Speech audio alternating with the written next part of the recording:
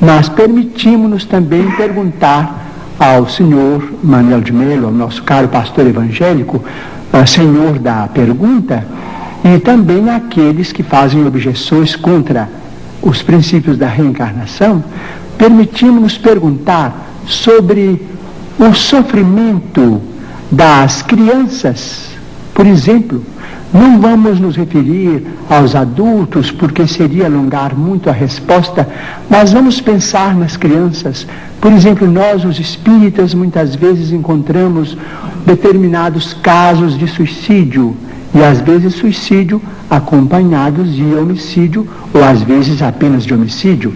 Nós vamos encontrar esses problemas do complexo de culpa levado para além desta vida, e depois esse complexo de culpa renascido com aquele que é responsável por ele através de sofrimentos que só podemos entender através da reencarnação.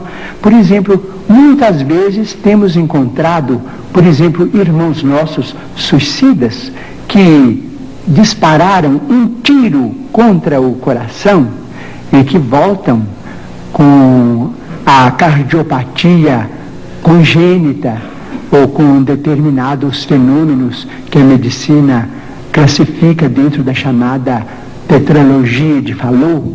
Nós vemos companheiros que quiseram morrer voluntariamente pelo enforcamento e que voltam com a paraplegia infantil, comumente chamada de enfermidade de Little. Nós vemos muitos daqueles que preferiram o veneno e que voltam com malformações congênitas, com problemas miopáticos, com o mixedema, aqueles que às vezes violentam o próprio ventre e que voltam também sofrendo as tendências e que às vezes acabam se desencarnando com o chamado infarto mesentérico. Nós vemos, por exemplo, aqueles que preferiram morrer pelo afogamento para se retirarem da vida num ato de rebeldia contra as leis de Deus. Vemos, por exemplo, aqueles que preferiram o afogamento e que voltam com o chamado enfisema pulmonar. Aqueles que dispararam tiros no próprio crânio e que voltam com tantos fenômenos dolorosos, como, por exemplo, a idiotia, a acromegalia, quando o tiro, vamos dizer, quando o projétil alcança a hipófise, porque nós estamos em nosso corpo físico subordinado ao nosso corpo espiritual. Então, principalmente nos fenômenos, os fenômenos decorrentes do suicídio por tiro no crânio são muito dolorosos, porque vemos a surdez, a cegueira, a mudez congênitas, e vemos este sofrimento em crianças incompatíveis com a misericórdia de Deus, porque nós sabemos que Deus não quer a dor. Diz Emmanuel, se Deus quisesse a dor, Ele não teria nos dado anestesia através da medicina. A dor é uma criação nossa. Chegamos ao além com determinado complexo de culpa e pedimos para voltar ao corpo, trazendo as consequências de nossos próprios atos menos felizes. Então, pedimos ao senhor Manuel de Melo, nosso caro pastor evangélico, que tem trabalhado tanto e cujo mérito nós todos reconhecemos e reverenciamos, para pensar conosco nestes problemas. Chico Xavier, eu não ponho em dúvida a sinceridade do seu ministério espiritista. Eu creio firmemente que o senhor trabalha com profundo amor à sua causa e à sua doutrina. Mas eu vou insistir no aspecto mais conhecido da sua obra, das suas atividades, que é aquela do escritor psicográfico. Na literatura brasileira, o senhor é, depois de Coelho Neto, o mais prolífico dos escritores que já redigiram na língua portuguesa.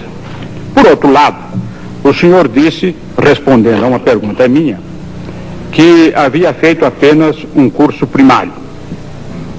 O senhor, para todos os que aqui estão e os que estão ouvindo no vídeo em casa, é um homem que tem uma grande fluência ao falar. O senhor constrói com perfeição a frase. O senhor tem lógica na exposição da sua doutrina. Logo, o senhor é um autodidata que se compenetrou da doutrina que esposou e a estudou profundamente e passou a exercer o seu trabalho expondo essa doutrina.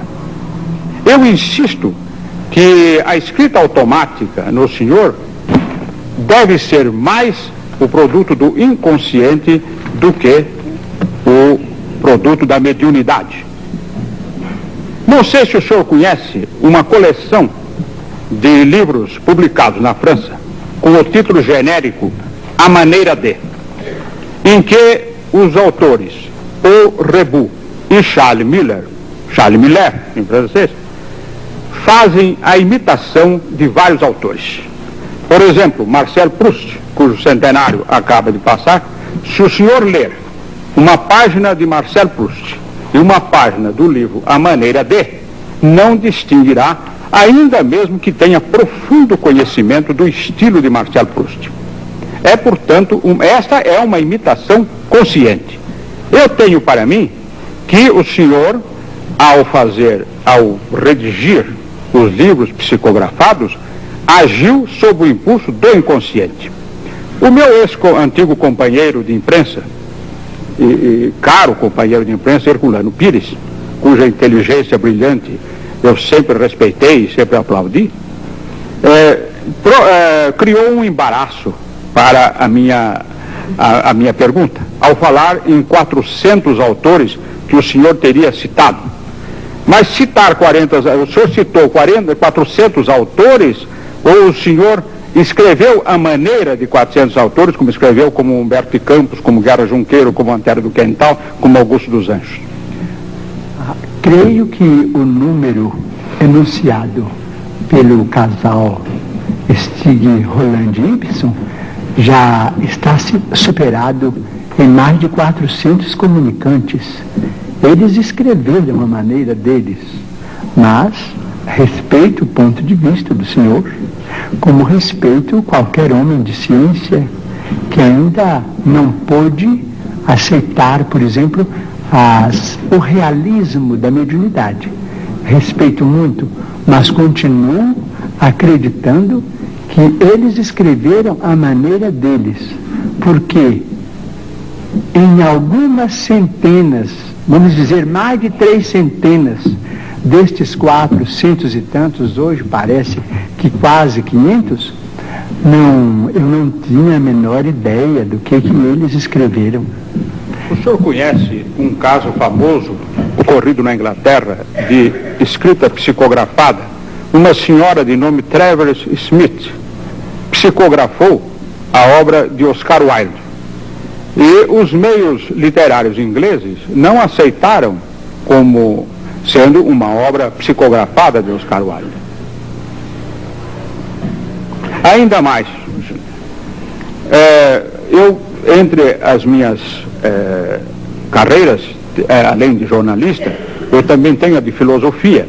E não me constam que obras tão complexas como a de Platão, a de Aristóteles, a de Santo Agostinho, a de Santo Tomás de Aquino, a de Descartes, a de Kant, a de Hegel, a de Nietzsche e a de outros filósofos e outros pensadores tenham sido psicografadas. Não seria por causa da dificuldade de psicografar essas obras? Hegel é quase impossível qualquer trabalho de psicografia. Bem, eu devo voltar um pouco ao nosso pensamento inicial para dizer ao senhor que desde 1931 a presença de Emmanuel em minha vida tem sido a presença de um professor. Ele tem corrigido minhas expressões, ele tem procurado melhorar o meu vocabulário, melhorar as minhas atitudes do ponto de vista verbal. E como o livro estava na frente da presença apagada que eu posso trazer, ele sempre teve muito cuidado em podar tanto quanto possível as minhas impropriedades, que eu sei que são muito grandes. De modo que eu posso declarar de público ao Senhor que qualquer estrutura fraseológica mais feliz de que eu possa ser portador, isso se deve à influência de Emmanuel, a presença dele junto de mim, compreendendo a responsabilidade de um programa como este. Quanto aos escritores da antiguidade e aos escritores dos tempos modernos, com todo respeito ao Senhor, eu me permitiria perguntar se eles também não seriam médiums.